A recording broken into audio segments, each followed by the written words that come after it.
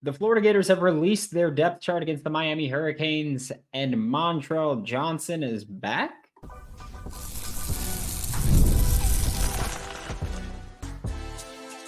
You are Locked On Gators, your daily podcast on the Florida Gators. Part of the Locked On Podcast Network, your team every day. Hello, and welcome back to another episode of Locked On Gators, part of the Locked On Podcast Network, your team every day. Thanks for making Locked On Gators your first listen of the day. Every day, we are available daily and free reviews in the podcast and on YouTube. Happy Thursday. I am Brandon Olsen. Crossover Thursday, as in a episode with myself and Alex Dono from Locked On Canes will come out a little bit later today, late morning, early afternoon. So two for today, and on Saturday morning, 9:30, 10-ish at Wrights Union, we will be doing a live show. Just saying, it's going to be a blast. Appreciate everybody that's taken part in helping set that up. 5-Hour Energy fixes tired fast with zero sugar and a convenient portable size. It's the perfect pick-me-up for getting stuff done. Go to 5hourenergy.com. Use promo code LOCKEDONCFB to receive 20% off your order. This offer is only valid until September 30th on one order. Cannot be used with other promotions. Go to 5hourenergy.com today. And the Florida Gators released their depth chart for the first time this season. One notable thing, not nearly as, it feels like there's way less oars on the depth chart than usual. Only 3 on offense in general and only 1 at starting spots on offense. So less oars than usual in week 1. But notably, Montrell Johnson is back for the Florida Gators. And I will say this. Billy Napier said, hey, if he's listed at the top of the depth chart, it's because he's playing. Okay. I'm going to remain skeptical here until I see him on the field. I've said, if I'm Florida, I'm lying about his availability. And I'm saying, yep, he's going to be out there just so Miami has to prepare for him. If he is out there, I'm curious at basically what percent he's moving at. And I'm curious his usage rate. I mean, he's one of the bigger backs on the roster. He is the most experienced back on the roster. He's your best pass blocking back on the roster. He's your best back on the roster. However, he's also 3-4 weeks removed from a knee scope. So I'm curious how Montrell Johnson is moving, how much he's going to play. Is he relegated essentially to passing down situations where his pass blocking is more valuable? I'm just curious there. Treyon Webb, curious. I want to know what the running back rotation will look like when all these guys are healthy, but also right now where you can't lean on Montrell, even if he's playing. I refuse to believe that he's 100%, that he's just going to be able to take every hit and do everything that he's going to be asked to do. So what will the rotation look like when Montrell Johnson is not at 100%? Are we going to see Treyon take on early downs? Are we going to see one of the more guys that are thought of as power backs take on the early downs, whether that's Jacoby Jackson or Jaden Baugh? I'm just curious to see how that all works out. We've heard Treyon Webb has apparently become a reliable pass blocker. We'll see what that looks like when you're playing against other teams. Trevor Etienne looked like a good pass blocker when he was going up against Kamari Wilson. So I'll see it in game and then make my decision. But another big thing was the offensive line. The left side expected, now left tackle to right guard is what we expected. Austin Barber at left tackle, Devin Manuel backing him up, true freshman Fletcher Westphal behind him. Left guard, Najee Harris, and then you've got an or between Christian Williams and Rod Kearney. Center, Jake Slaughter, Rod Kearney, Jason Zandamello. Right guard, Damian George, as expected. Bryce Lovett, who has been given high praise, redshirt freshman. On the depth chart, they accidentally listed him as a true freshman. He's a redshirt freshman. But Bryce Lovett, been improving at guard. We were told that he was in the competition to start at right guard. He is listed as the second backup. Rod Kearney, not listed at right guard, is somewhat interesting, but we've been told that Rod Kearney's been cross-training at both guard spots and center. maybe they just feel really comfortable with where they're at with right guard. Cam Waits listed as the third right guard, which is especially notable because Cam Waits is also listed as the starting right tackle. Interesting approach there. Brandon Crenshaw Dixon listed as the second right tackle. Caden Jones, the third right tackle. Caden Jones is one that we've been hearing high praise for all fall camp and spring, and he was a mid-year enrollee last year. So that's one of the reasons that he found no playing time last year, was mid-year enrollee, freshman on the offensive line. Really tough to be ready for game day there. But I'm curious, one, what the rotation looks like. Two, how short of a leash there is. How much rotation do we see on the offensive line? Do we see 8 guys? Do we see rotation at both tackle spots, and then Rod Kearney plays a little bit of center, a little bit of both guard spots? Curious to know what that rotation looks like. I will say that I think having Damian George and Cameron Waits on the right side does kind of lean toward what I've been saying I think the run game will do, of more pullers, more duo, more power, more gap scheme. I think having those huge guys on the right side of the offensive line really help open that up. And so that could be part of it. And yeah, if Cameron Waits does struggle, because I know Florida Gators fans, I get it, right? We've been having the Cameron Waits conversation since he got to Florida, really. And it's always been, but look at his size. He's 6'8", 343 is what he's listed as. If you can get him right, he's got all the physical tools, the traits, all that stuff. And that's always been the conversation surrounding him. And my point, because I know we've also heard a lot of people go, oh, well, Cam Waits it should be starting somewhere. A lot of the fan base wants him starting at right tackle or right guard. I don't know why. Honestly, like, I get the physical traits. What we've seen from him so far hasn't been promising. I don't think he played well last year when he was rotating in, which, again, last year he tore his, I believe it was his Achilles in January, February, very early in the actual year. Came back toward the end of the season to contribute and play a little bit. Yeah, he played a little bit more, but half the season, I feel like, is when he came back. Kind of didn't really play a ton, but Vanderbilt, he played a lot. Missouri, there were injuries. He started. In Florida State, he started. I don't think he played particularly well in any of those games. We saw him at right guard in 2022 in the bowl game, where he only played because he was forced to play there. Don't think he played well there. So I would imagine that he's taken some pretty significant strides developmentally, or the other options at right tackle just aren't as promising. And so you go, well, even they're not that promising, or they're not as promising. So even though he might be rougher, he's got a higher ceiling. Let's throw him in there. So that was kind of, the offensive line intrigued me. Not a lot of shocking things. Again, really young offensive line. I mean, you look at it, you've got a true freshman in the 3 deep at left tackle. You've got a true sophomore starting at left guard, a redshirt sophomore and redshirt freshman as the backups, a redshirt freshman and true freshman as your two-thirds of your center position. You've got a true freshman at right guard backup. And then on the right side, you've got a redshirt freshman as your third right tackle. You've got a lot of youth on that offensive line, which is somewhat promising in terms of what they can become if you actually develop them. But that's something that we'll see throughout the season. What the rotation is will matter for that, of course, getting actual game reps. But overall, offensive line is not one that I'm surprised by. Again, main thing was Cam Waits. I did not think would be the starting right tackle. But we'll see what happens throughout the course of the year and just what it looks like. We'll look at the quarterback and the skill positions next on Locked On Gators. I've been telling you every day that I eat lunch and I want to go to sleep right away. It's just, I don't know what it is. I'm just really affected. Hit the wall once we eat. I know that more than 70% of us hit that wall. I don't know why we hit the wall, but I know everyone hits the wall. Let a 5-hour energy shot help you leap over that wall or run through that mother, you know what, instead of crashing into it with zero sugar, which matters a lot to me. I care about carbs.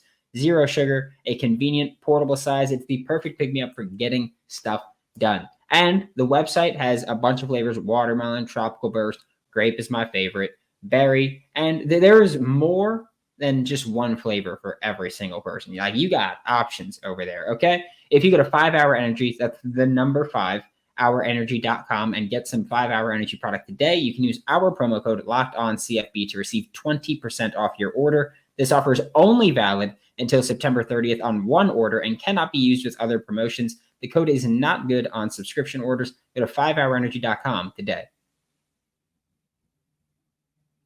Thanks for making Locked On Gators your first listen of the day. Every day, we are available daily and free rows in the podcast and on YouTube. Also, don't forget to like, subscribe, comment, review, all that fun stuff.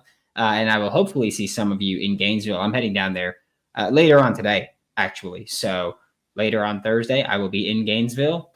No clue what the plan is there, but that's the plan for now, to just get there. But quarterback, no surprise. Graham Mertz starting. DJ Lagway is the backup, and Clay Millen as the third quarterback. Clay Millen coming over from Colorado State.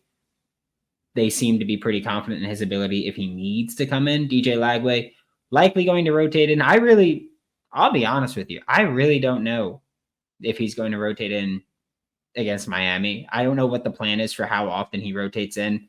I don't know if it's going to be, hey, we're going to bring him in for a drive and essentially just let him rotate in and manage the offense for a drive. If there's just going to be, hey, it's third and short, fourth and short, put you on the field with Montrell Johnson and Jaden Ball, and we're just going to have a bunch of power back there and get that first down. But I do think that we'll see DJ Lagway a bit. I just don't know how soon it's going to be or to what exposure we'll see for DJ Lagway. Running back room, like we touched on before, it's Montrell Johnson, Trayon Webb to the primary backup. Then you've got a triple or I guess a double or between 3 players, Jaden Ball, Katie Daniels, and Jacoby Jackson. The expectation has always been that those 5 running backs will play throughout the course of the season. Curious how much of it is going to be a ride the hot hand. If they're going to go, hey, we're facing a really light defense, bring in more Montrell, more Jaden Ball, and more Jacoby Jackson and just power through. So I'm just curious for things like that. The receiver room, we'll talk about in a second. Tight ends, Arlis Boardingham starting with Amir Jackson, true freshman, and Tony Livingston, true sophomore, listed behind him. Amir Jackson is one of those things where I'm going to say, I need to see it before I believe in it.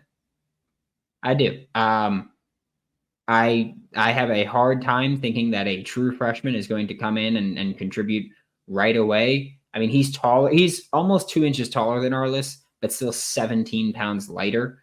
That's pretty small. He's played glorified receiver in high school. That's what he played. He was in Portal, Georgia, playing glorified receiver, screens, end arounds. I'm not saying he can't contribute. It's just I need to see him actually do that and actually be out there playing. I understand athletic ability, really high ceiling. You still got to be able to play tight end at this level. So I'm curious there what we see. But Billy Napier with tight ends hasn't really rotated a ton anyway throughout his time in Florida. It's been whoever his starting tight ends are play the overwhelming majority of the snaps. And that's it for the most part. Maybe the others get a drive here and there. Hayden Hansen listed as one of the starting tight ends alongside Scott Isaacs and Tony Livingston behind him as well. No Caleb Rillos on the depth chart, which is interesting. Caleb Rillos, the Air Force transfer, has to redshirt this year, but to my understanding is still eligible to play in 4 games with typical redshirt standards, but he's not on the depth chart right there. Hayden Hansen, 6'7" 3/4", 267. Arlis Boardingham, 6'3", 245. Big dudes out there to try to cover. Receivers, unsurprisingly, Trey Wilson listed as a starter, Aiden Mizell behind him. Chimere Dike listed as a starter, Marcus Burke behind him. Elijah Badger listed as a starter, Khalil Jackson behind him. Elijah Badger and Khalil Jackson are listed as the oars at the starter there. Not surprising. I've said Trey Wilson, Chimere Dike, Elijah Badger, Khalil Jackson. Those 4 are who I think of as your starting receivers, just because I think I think they're going to play a lot, but I think situationally it'll depend who's on the field at that point. I will say that I don't think it looks like they broke down this depth chart as far as really the true positions. It's just wide receiver, wide receiver, wide receiver. Chimere Dike probably going to start in the slot. Marcus Burke is listed behind him. I don't believe that Marcus Burke is going to be the primary backup slot receiver. I think that it's Chimere Dike, Trey Wilson when they put him in the slot, and then Marcus Burke. We did see Marcus Burke play in the slot under Dan Mullen. We saw Marcus Burke play in the slot in the spring game, especially this year. He was playing out there. So it could be something that they're working for with a big slot, a power slot. That's something Billy Napier has done throughout his career. That could be Marcus Burke's role finally. We've seen a lot of programs just bring tall, fast receivers, put them in the slot, and have that slot fade work a lot. Maybe that's something that Florida is looking to add into the passing offense. But Marcus Burke, I mean, nearly 6'4", he's your tallest receiver. And he played in the slot a lot in the spring game. Wouldn't shock me to see more of it, or wouldn't shock me if this was more just wide receiver, wide receiver, wide receiver. Again, Elijah Badger, Khalil Jackson, not surprising. We know that Elijah Badger still has to finish picking up the playbook. That's not a shock at all. Like, I know that a lot of people go, how have you not picked up the playbook? It's really complex. Okay. That's why it's not as simple as Madden where it's just, hey, we called, I don't know, run and shoot Y stick, and you know exactly what the play is. No, you have to run option routes as a big part of this offense as well. There's levels to this offensively. Okay. And playbook wise, we'll see. Like, I'm not saying that he doesn't have it down at all, but we'll see what his route tree looks like early on. Either way, I do expect to see him play a lot. Khalil Jackson play a lot. Chimere Dike play a lot. And Trey Wilson play a lot. I think that should be everybody's expectation. Aiden Mizell is reportedly really impressed this fall camp. He's gained weight. He's still a little on the lighter side for being 6'2", but not bad at all. It's definitely acceptable. So I'm curious to see if we finally get to see him step onto the field and play. Scored a touchdown in the spring game, if I'm not mistaken. Redshirt freshman.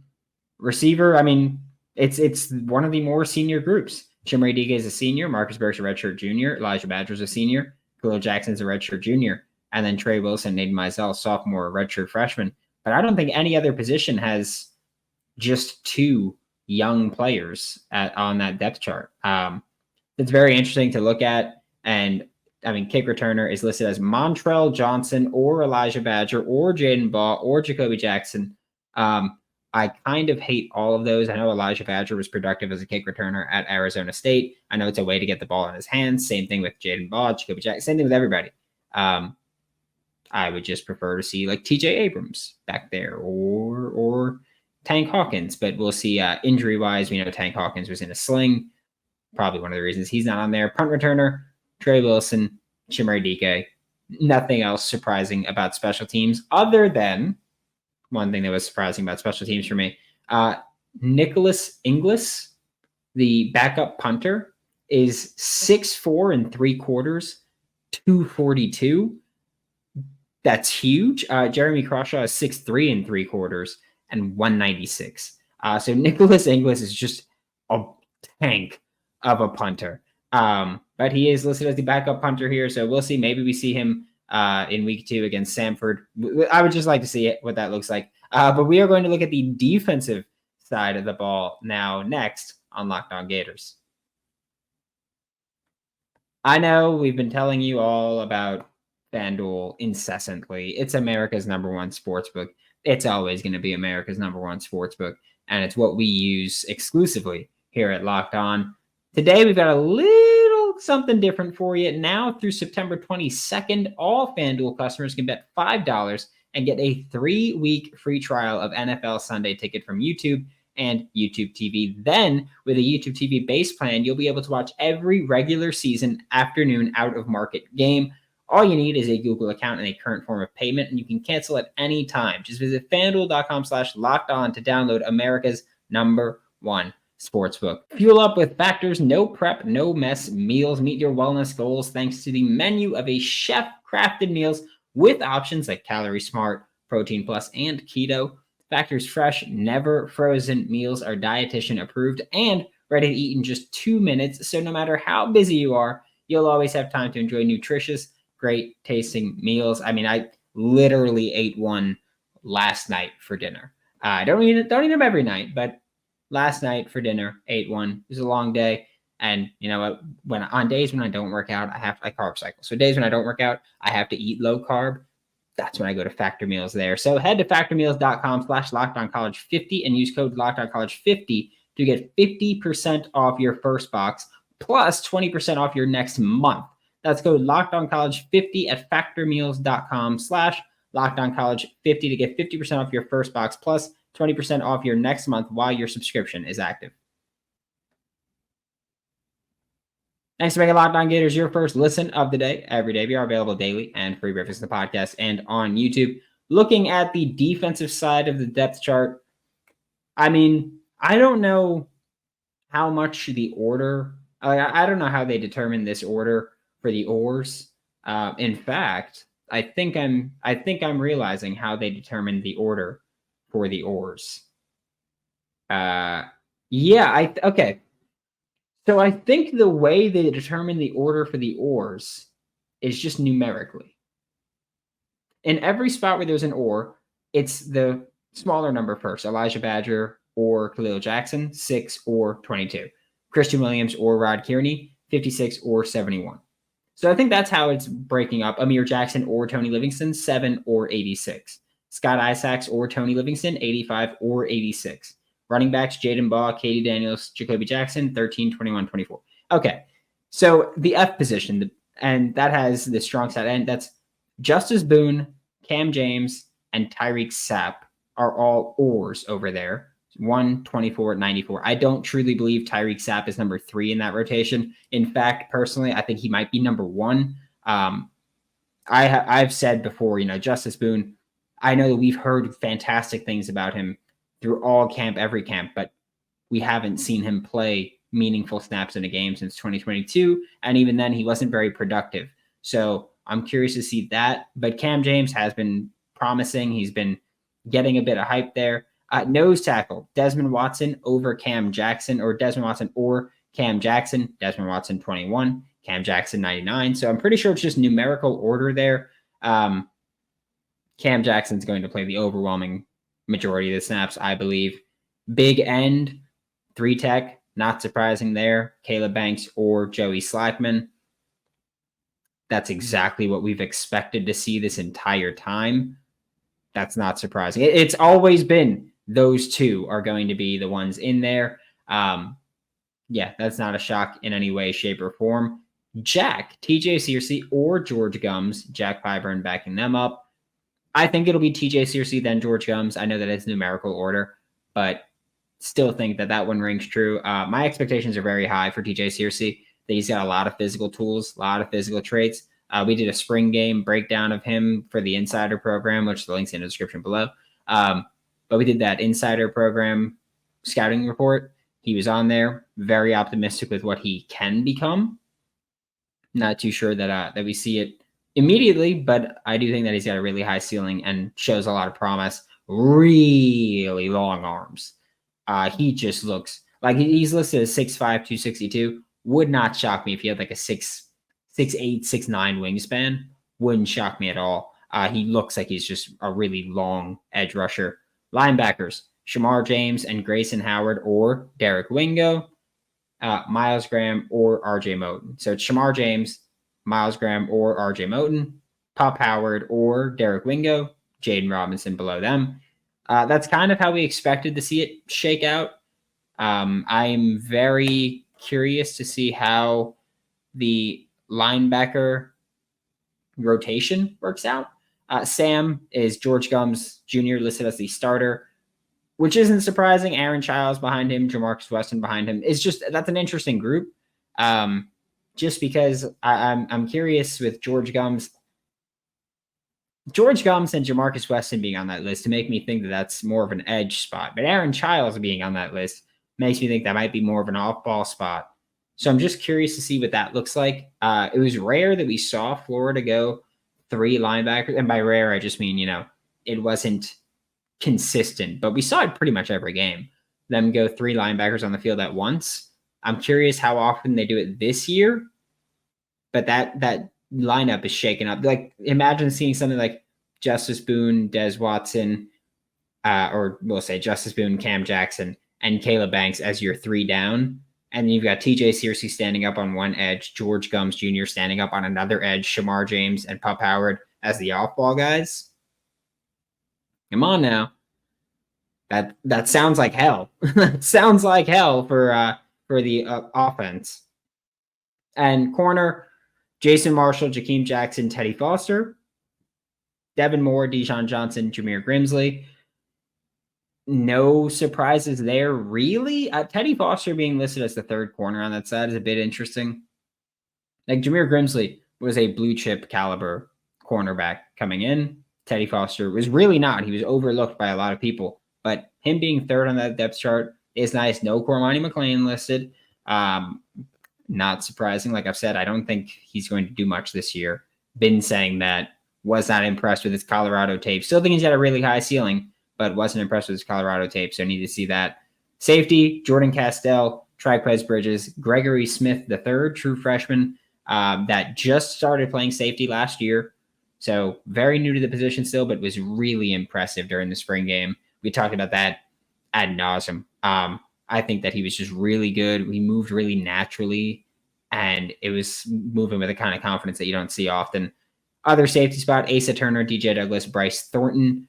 I don't think there's any shock there. I thought we'd see maybe DJ Douglas at the star depth chart and safety. Nope, just Asa Turner, DJ Douglas, Bryce Thornton there. Sharif Denson and Aaron Gates are the star players. It's Sharif Denson or Aaron Gates on the depth chart. That's not surprising either. We kind of expected that the entire offseason. That's been the expectation. Overall, defense has a lot of oars, which isn't surprising because I think that they rotate more than the offense. I don't think there were really any shocks defensively, other than George Gumbs listed as the starter at Sam. But again, that's what makes me think that that's when they go straight 3-4, that he would be on the edge there. But outside of that, really, I don't think there were many surprises defensively. Like I'm looking through it again, and yeah, there's nothing that's really popping to me as surprising. But I'm excited to see what works out. Jamarcus Weston being on the list at all was something that kind of surprised me there. But that's it. But again, he's one of the reasons that makes me think it's an on-the-ball position. But excited to see how this works out. Excited the depth chart is finally out. Florida Gators football is so close. Don't forget, we have a crossover episode coming out later on today. Thanks for making Locked On Gators your first listen of the day every day. We are available daily and free reviews in the podcast. We'll be back tomorrow. Talk more Florida Gators football. For Locked On Gators, I'm Brandon Olsen. Don't forget to follow me on Twitter at WNS_Brandon. Find all my written work with Giants Country and NFL 33, and I will see you all next time.